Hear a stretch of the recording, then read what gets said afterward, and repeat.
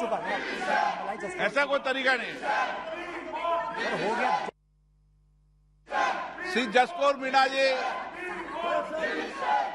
माननीय सब अध्यक्ष जी, राजस्थान की सरकार का महिलाओं के प्रति होने वाले अत्याचारों को देखिए। हमारी माननीय सांसद भरतपुर से सांसद है श्रीमती रंजीता कोहली जी, जिनके ऊपर चौथा अटैक हुआ है और चौथी बार अटैक हुआ है और बार बार खनन माफियाओं का अटैक वो झेल रही है। आप उसकी जान को भी खतरा है। माननीय सभापति जी, आपके माध्यम से कहना चाहते हैं कि राजस्थान की सरकार को, जिसमें महिलाओं के प्रति इतने अत्याचार, बेटियों की सुरक्षा नहीं, महिलाओं की सुरक्षा नहीं, जिस प्रांत में माननीय सदस्य की सुरक्षा नहीं और दलित परिवार से आने वाली उस महिला के प्रति, हमारी सांसद बहन के प्रति जो अत्याचार होता है, हमें न्याय चाहिए। राजस्थान की सरकार जिस तरह से अन्याय कर रही है, मुद्दा है, राजस्थान की मुद्दा है, ये हमारी सांसद कर रही है। ये चौथा अटैक है, ये चौथा अटैक है उस महिला सांसद के प्रति। और महिलाओं की सुरक्षा कैसे कर सकती है सरकार जब सांसद की सुरक्षा नहीं? उसकी गाड़ी को तोड़ा और उसके ऊपर प्रहार किया, उसकी जान को खतरा है। माननीय सभापति जी, संज्ञान लिया जाए कि राजस्थान की सरकार बेटियों और महिलाओं के प्रति कितनी असंवेदनशील है। न्याय होना चाहिए, न्याय होना चाहिए। और कांग्रेस की सरकार, आपकी बात ध्यान में आ गई है, आपकी बात रजिस्टर हो गई है, आपने कह दिया है, आपका विषय आ गया है। Now please sit down. 0 hour को आगे चलने दीजिए। 0 आवर में बहुत महत्वपूर्ण विषय माननीय सदस्य प्रस्तुत करते हैं डॉक्टर संजीव कुमार शिंगरी जी। डॉक्टर संजीव कुमार शिंगरी, श्री जुगल किशोर शर्मा जी। अध्यक्ष महोदय, मैं आपका आभार प्रकट करना चाहता हूं कि आपने मुझे एक बड़ा ही महत्वपूर्ण मुद्दे पर अपनी बात रखने का जो मौका दिया है। अध्यक्ष महोदय, मैं आपके माध्यम से रेल मंत्रालय का ध्यान अपने संसदीय क्षेत्र और विधानसभा विजयपुर की ओर ले जाना चाहता हूं। यहां रेल लाइन जा रही है और रेलें आजकल 25, 30, 40 रेल रोजाना चल रही हैं। रोड ओवर ब्रिज की जरूरत है। गुड़ा, सलाथिया, पुरमंडल, उत्तरबैनी और नगरोटा और विजयपुर क्षेत्र के लोगों के लिए ये विजयपुर स्थित पर रोड ओवर ब्रिज चाहिए रेलवे लाइन के ऊपर, ताकि सैकड़ों गाड़ियां जो घंटों तक खड़ी रहती हैं वो ना रहे और लोगों को परेशानी का सामना ना करना पड़े। ये बहुत ही महत्वपूर्ण है साथी अध्यक्ष महोदय। तो इसलिए मैं ये कहना चाहता हूं कि रोड ओवर ब्रिज गुड़ा, सलाथिया और राय सजानी में बनाया जाए ताकि लोगों को कोई परेशानी ना हो। धन्यवाद। फैजल जी। कुमारी Chandrani Murmu ji. Thank you, Chairperson, sir. Sir, public hearing plays an important part towards development of local areas where industries and mines are located or about to be set up to address environmental issue.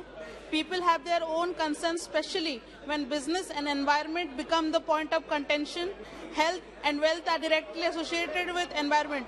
Sir, it is necessary to inform you that my parliamentary constituency, Keonjhar, Odisha, is enriched with natural resources like iron ore, manganese ore and other, having a tribal density, surviving with a lot of difficulties for their livelihood till now, even after 75 years of independence. All the big corporate like Tata, Jindal Steel and Power Limited, JSW, ArcelorMittal, Rungta Group and many more have their remarkable presence in my parliamentary constituency by means of their mining operation and mineral-based industries. And I feel proud by representing such constituency. Shri Rahul Sir, but simultaneously, I have much more concern with the forest and environment of my locality along with the health of my people. Sir, many times I have received grievances from my people, mostly from my dear tribals, regarding the issues with forest, environment and health. A major point of ignorance of such issues by the damages is really to be considered. However, public hearing linked with such issue sounds baseless if you analyze the current environment of my locality. Sir, I want to draw the attention of your esteemed ministry about the public hearings took place during the extreme situation of COVID-19. I found an irregular arrangement of such event by ignoring the public interest in my constituency.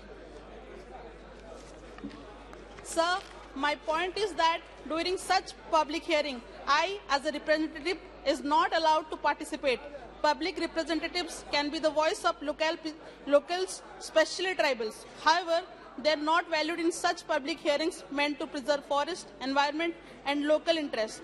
The public many a time look forward to their elected representatives for support or for leading them during such hearings.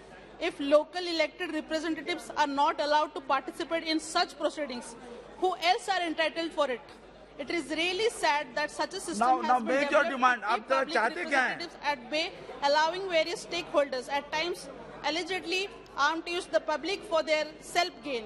Therefore, I urge upon the Honorable Minister for Environment, Forest and Climate Change to look into the matter and make necessary changes so that public representatives like me, a member of Parliament, may take part in public hearings. धन्यवाद अध्यक्ष महोदय। अध्यक्ष महोदय, बीते हुए 4-5 सालों से प्रधानमंत्री फसल बीमा योजना का एक बेहतरीन फायदा मेरी लोकसभा क्षेत्र को मिला है। मेरी लोकसभा क्षेत्र चूरू के अंदर हनुमानगढ़ जिला राजस्थान की 3 तहसील लगती हैं, नौहर, भादरा और रावतसर।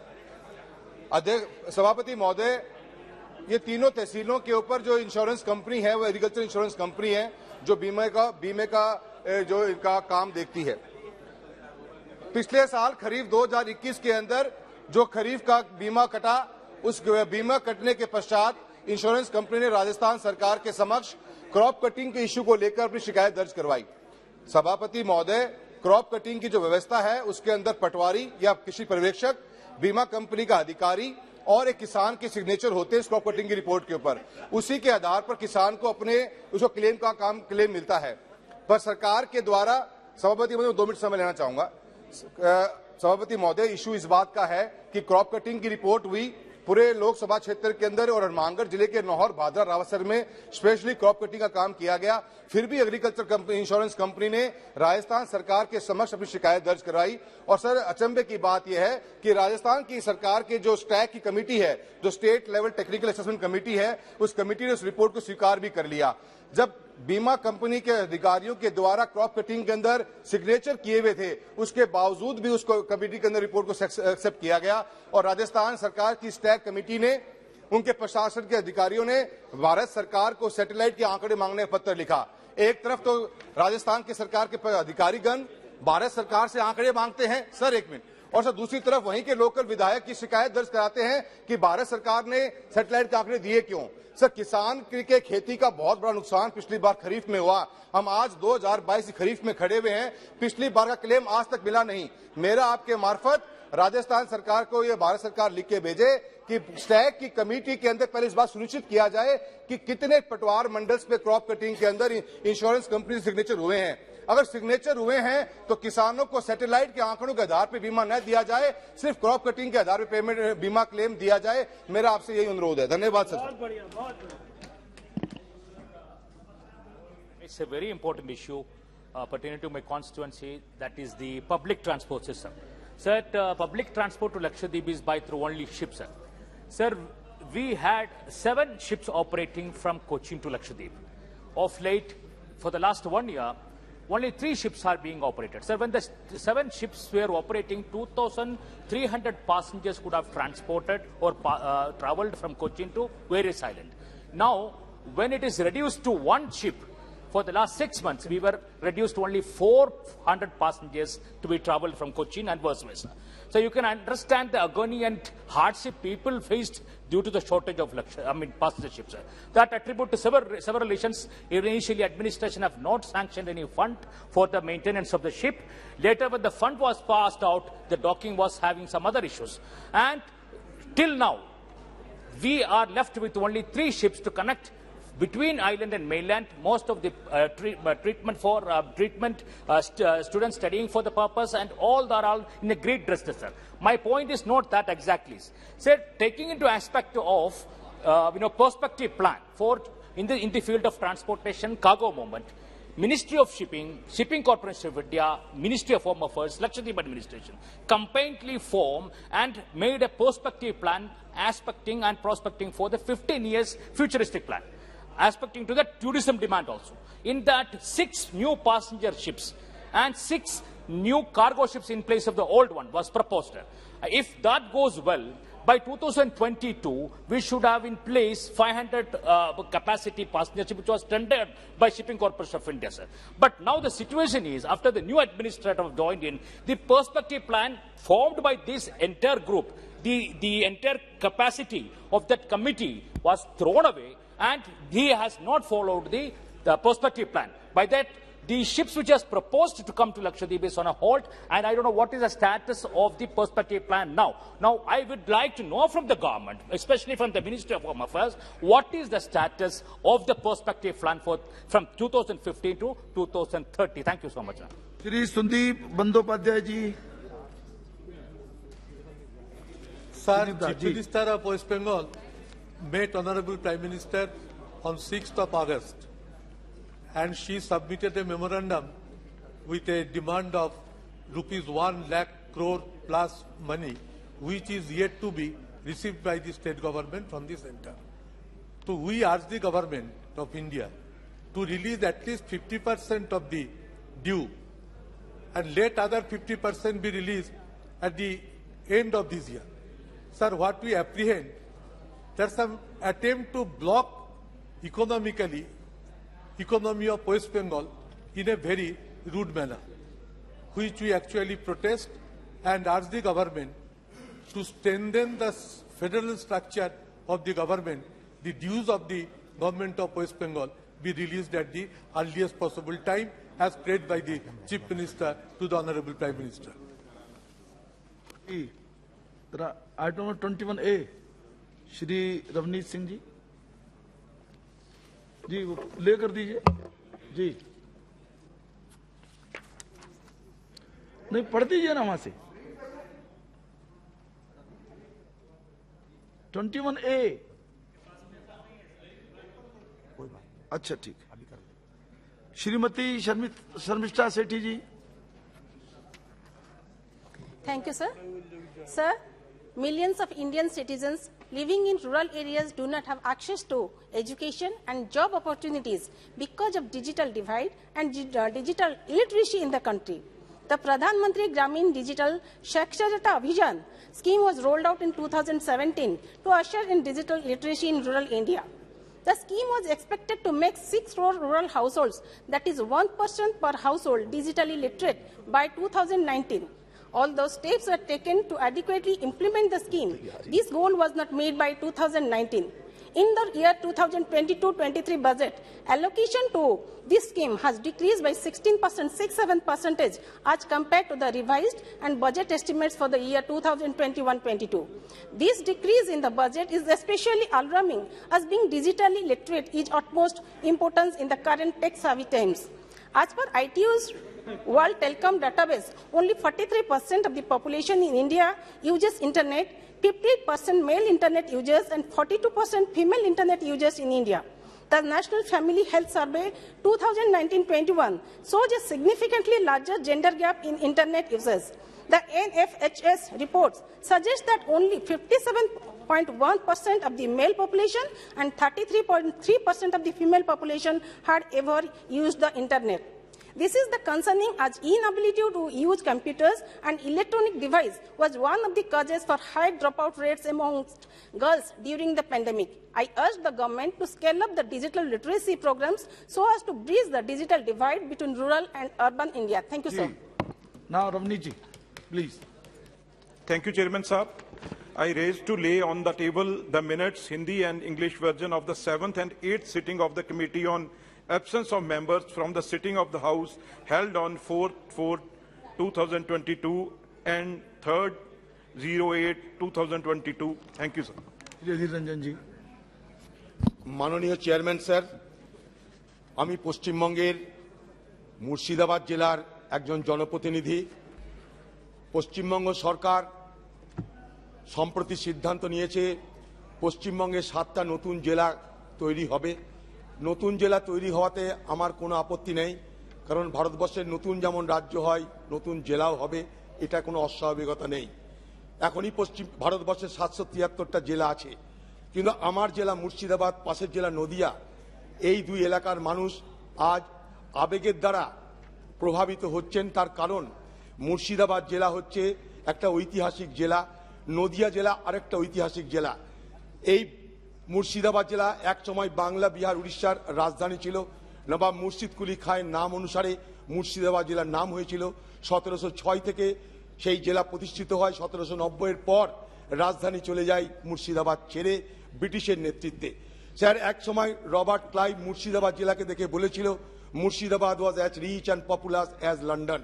পাশের জেলা নদিয়া, তাকে দেখে বলা হয় যে নদিয়া ছিল অক্সফোর্ড, পূর্ব ভারতের এশিয়ার অক্সফোর্ড।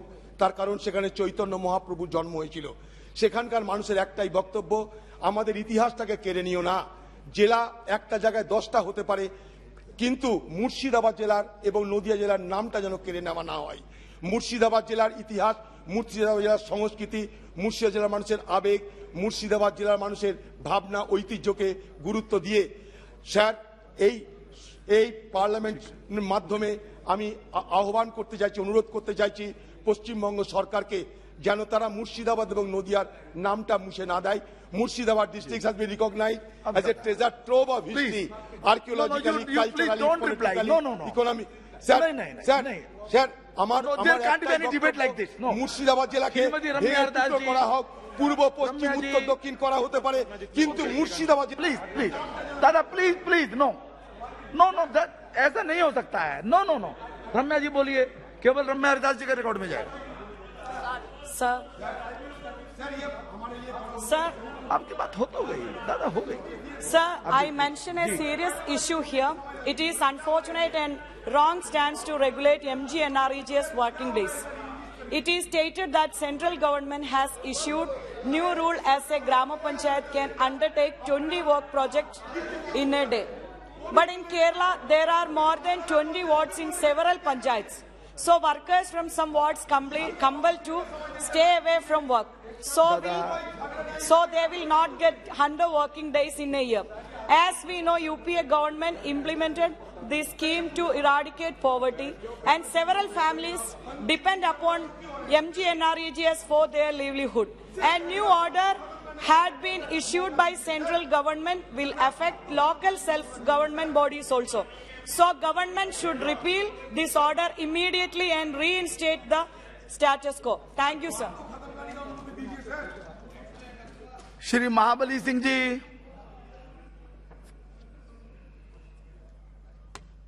सभापति महोदय, पूर्वी मध्य रेलवे के दीनदयाल उपाध्याय मंडल के अंतर्गत 18,635 train number Sasaram Ranchi intercity express है महोदय। वो सासाराम से चल करके देहरी, सोननगर, अकोढ़ा, नवीनगर होते हुए झारखंड के गढ़वा, पलामू होते हुए रांची को जाती है। महोदय, मैं आपसे बताना चाहता हूं कि नवीनगर स्टेशन एक महत्वपूर्ण स्टेशन है। वहां एनटीपीसी, बीआरबीसीएल का 2 पावर प्लांट लगे हुए हैं।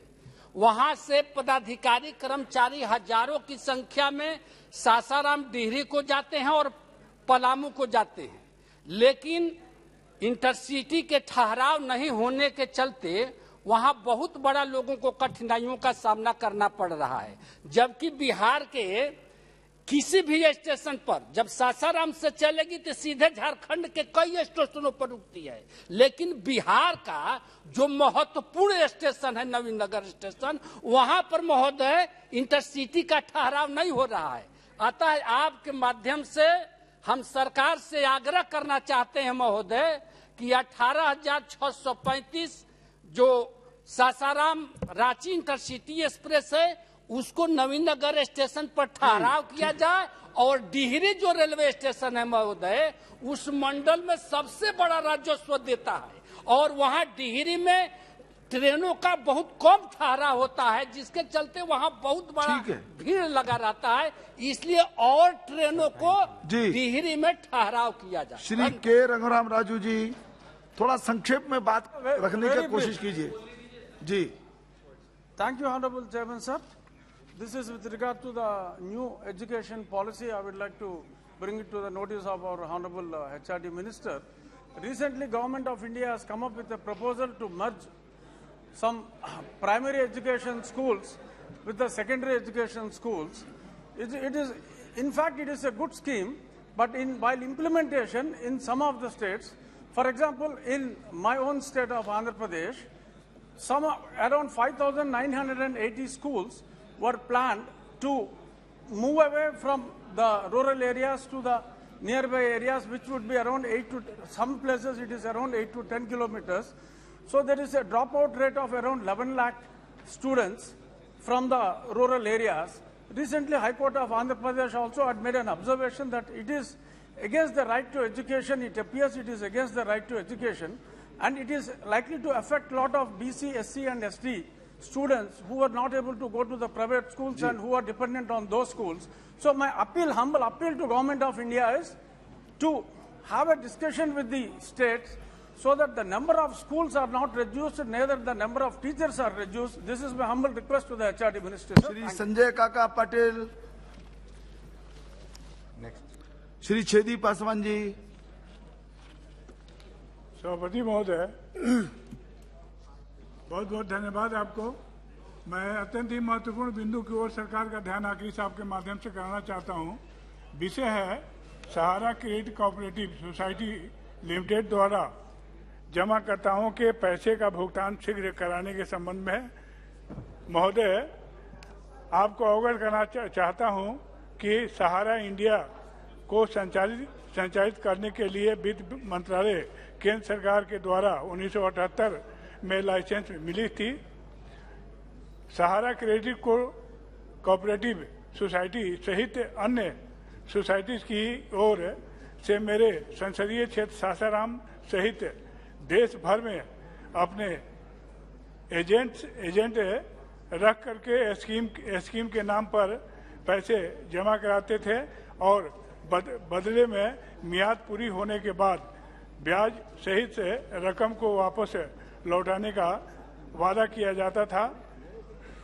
आम जनता को स्कीम से जोड़ने के लिए इन सोसाइटीज ने ऐसी स्कीम रखी जिसमें गरीब लोग भी अपनी बचत जमा कर सकते थे, जैसे प्रतिदिन 10 रुपये जमा कराने आदि।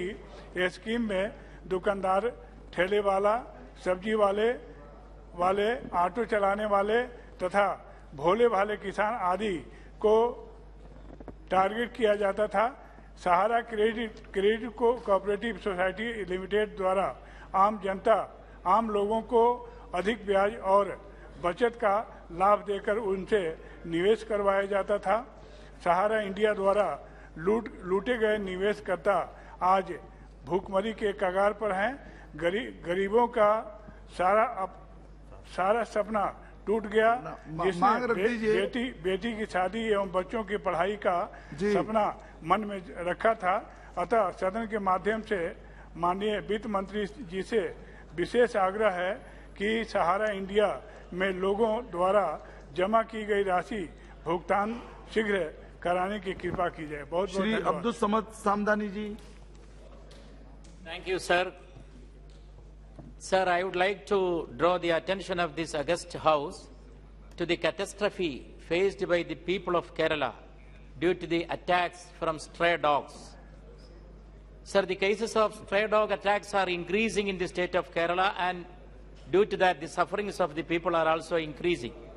Sir, it has created a panic among the people, especially among the pedestrians, the two-wheeler travelers, and little children going to schools. Sir, the stray dogs are roaming in public places, especially including the platforms, railway platforms, bus waiting shelters.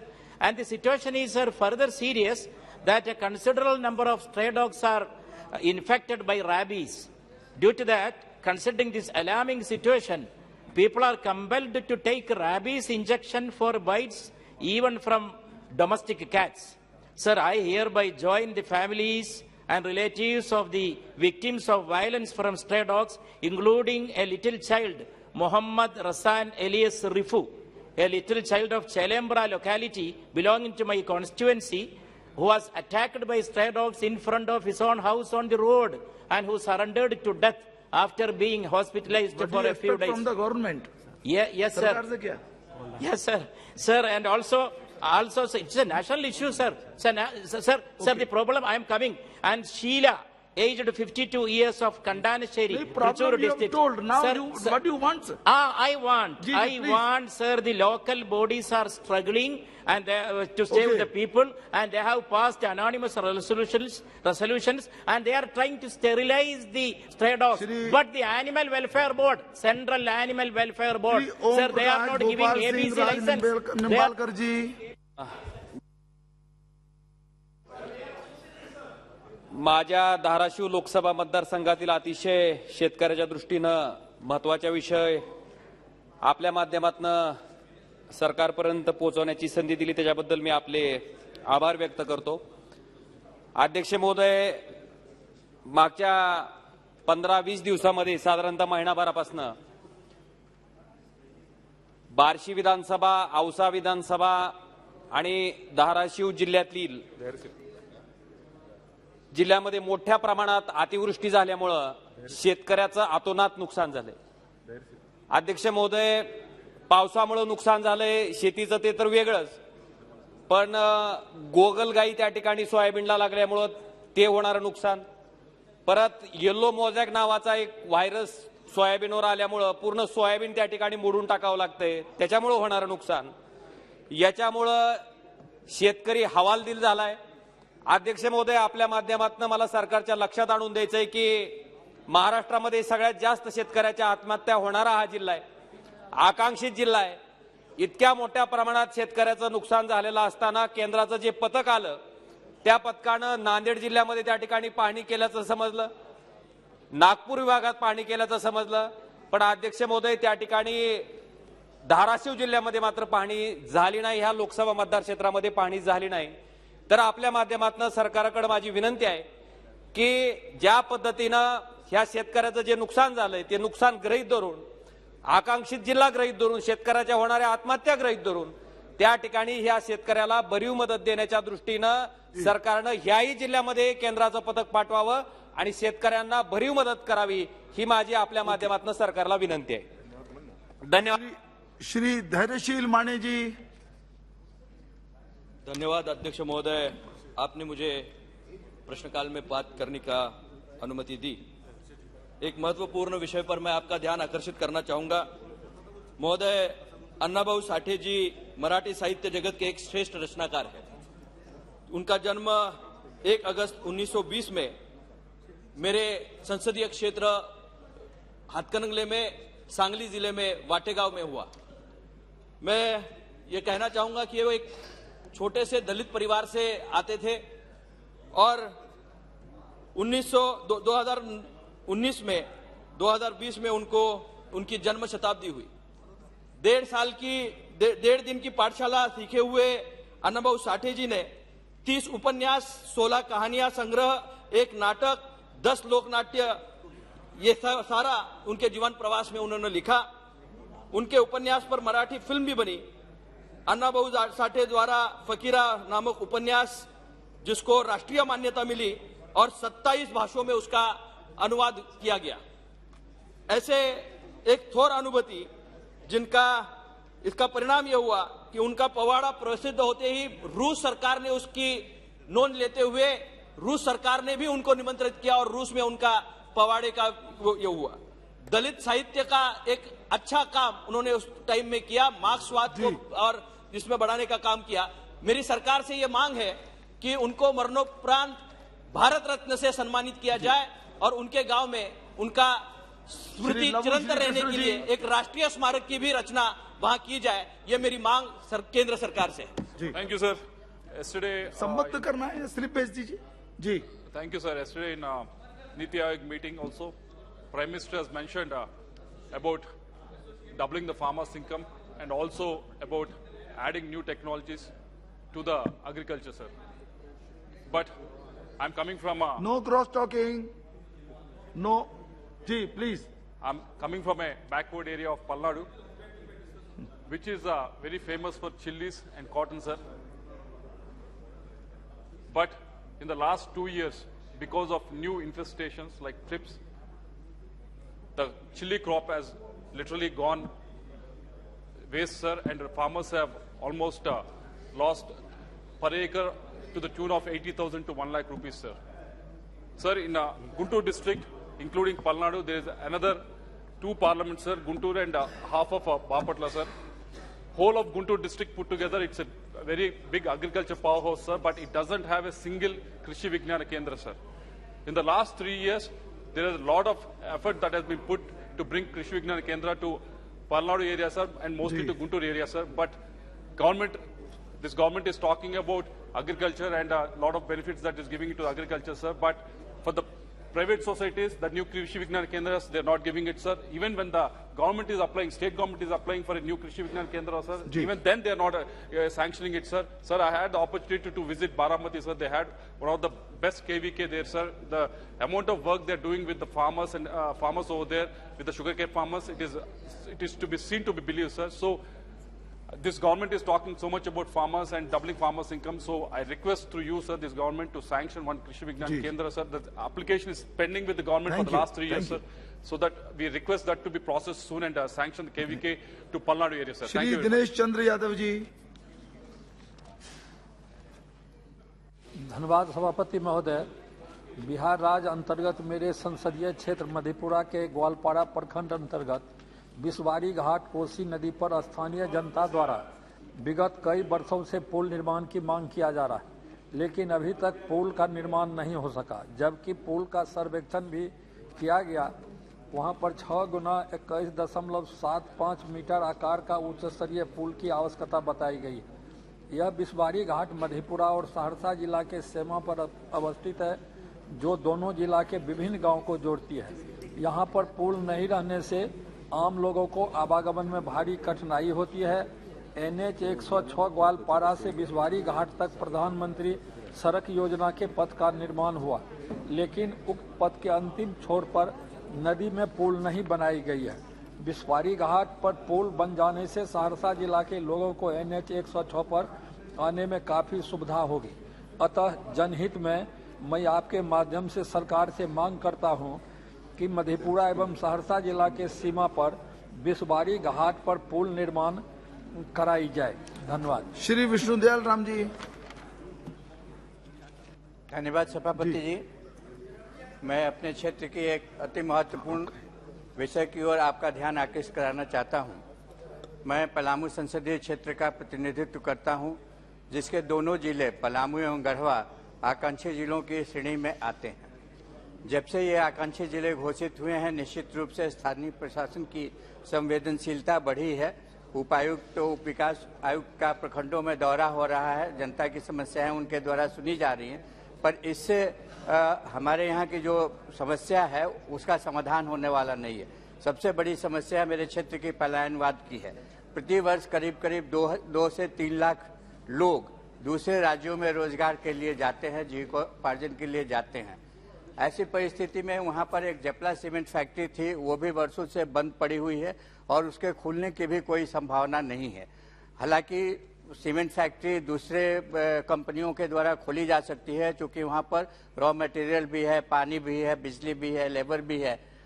इसके अलावा railway के द्वारा एक axle factory खोली जा सकती है या अन्य विभागों या मंत्रालयों द्वारा इस दिशा में कदम उठाया जा सकता है। अतः मेरा आपके माध्यम से सरकार से ये निवेदन है कि पलामू जैसे संसदीय क्षेत्र में जो अत्यंत पिछड़ा है, वहां पर किसी प्रकार की फैक्ट्री लगाने की व्यवस्था की जाए ताकि लोगों को रोजगार मिल सके। श्री निशिकांत दुबे जी। धन्यवाद सभापति महोदय। मैं इस सदन में पिछले 13-14 साल से झारखंड के घुसपैठ के बारे में हमेशा मुद्दा उठाते रहा हूं कि बांग्लादेश से जुड़े होने के कारण हमारे क्षेत्र में घुसपैठ एक बड़ी समस्या है और इसका हिंदू और मुसलमान से कोई लेना देना नहीं सर। बांग्लादेश घुसपैठ क्योंकि वो जब आते हैं तो हमारे मुसलमान भाइयों का भी रोजगार छीनते हैं, हिंदू का तो रोजगार छीनते ही।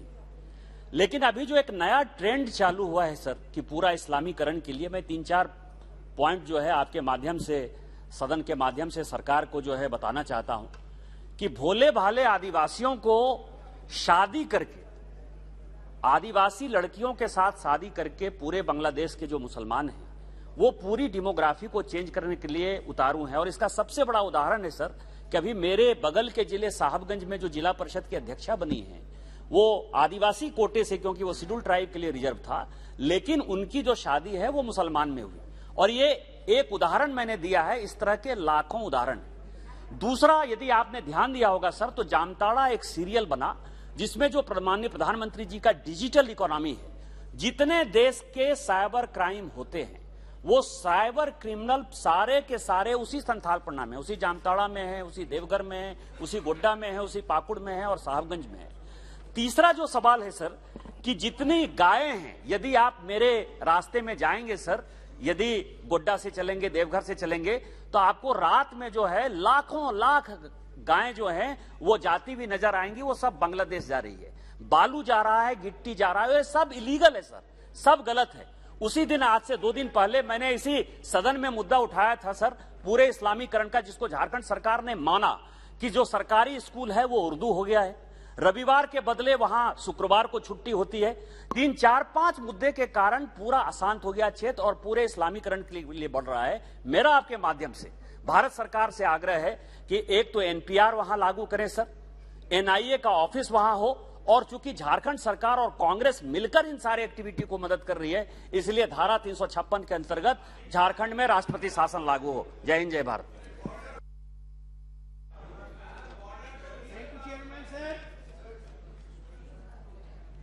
सर, मैं माननीय सड़क एवं परिवहन मंत्री जी के ध्यान में लाना चाहता हूं कि मेरे लोकसभा क्षेत्र अंबाला के अंतर्गत पंचकुला जिले का पिंजौर वाया नालागढ़ 4 लेन व पुल तथा सूरजपुर वाया बद्दी पुल, जो कि अभी बहुत ही बुरी दशा में है, आए दिन सड़कों पर दुर्घटनाएं बढ़ती जा रही हैं। हाईवे पर ट्रैफिक दिन रात बढ़ता जा रहा है और बरसात के दिनों में सड़कों पर गड्ढे होने से जल भराव भी काफी बढ़ गया है, जिस कारण सड़कों पर दुर्घटनाओं का होना स्वाभाविक है। माननीय मंत्री जी के नेतृत्व में, माननीय श्री नितिन गडकरी जी के नेतृत्व में पिंजौर वाया नालागढ़ 4 लेन व पुल तथा सूरजपुर वाया बद्दी पुल का शिलान्यास किया गया था, परंतु अभी कार्य पूरा नहीं हुआ है।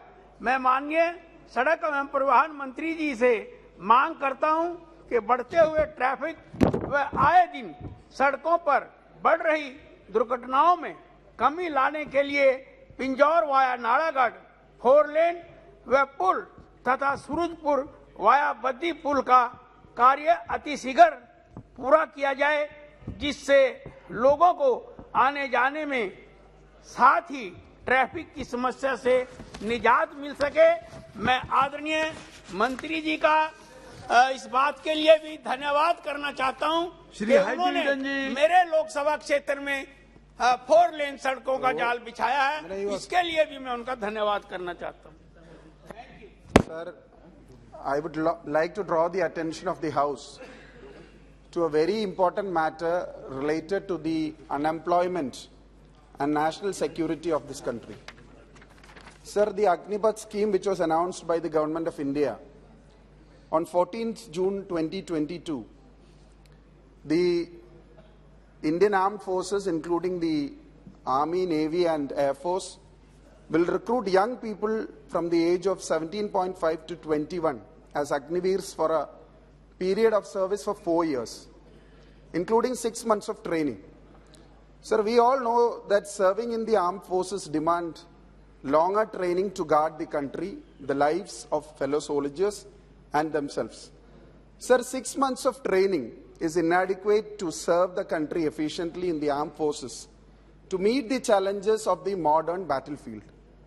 Sir, we are at a juncture where we need to strengthen the armed forces by equipping them with technological advancements and professionalism, as we are facing severe threats from our neighboring countries in the recent scenario.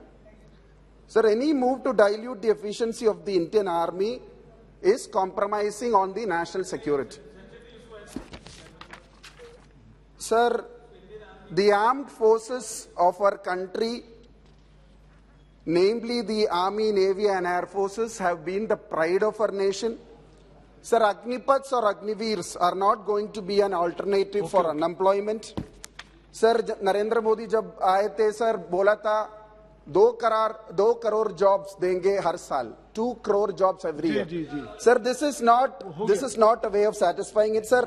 Just one more point: Agniveers are not eligible for allowances like pension, gratuity, healthcare scheme, canteen store department facilities, extended insurance schemes, or ex-serviceman status. Sir, this is a very important issue. The government of India should withdraw the Agniveer scheme and provide employment to the young people. धन्यवाद माननीय सभापति जी। मैं आज आपके बीच हमारी लोकसभा में बैठने वाली मेरी साथी सांसद सदस्य रंजीता कोली के बारे में मैं बोलना चाहती हूं। एक महिला सांसद होने के नाते मुझे भी आपको जरूर बताना चाहिए कि कल जो घटना राजस्थान भरतपुर में हमारी बहन के ऊपर हमला हुआ है, जो गलत काम कर रहे हैं उन लोगों को सजा नहीं करना और बहन के ऊपर हमला करना, चौथी बार ये हमला हुआ है।